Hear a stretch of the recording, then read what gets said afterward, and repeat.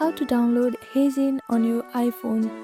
First, make sure that you have connected to internet. After that, click on the search bar and open App Store.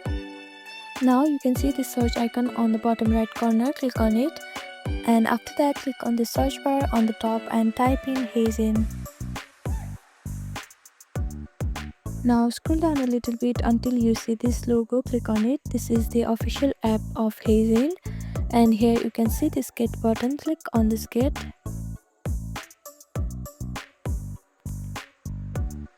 After the verification, your download will be started, and it may take some time depending on your internet speed.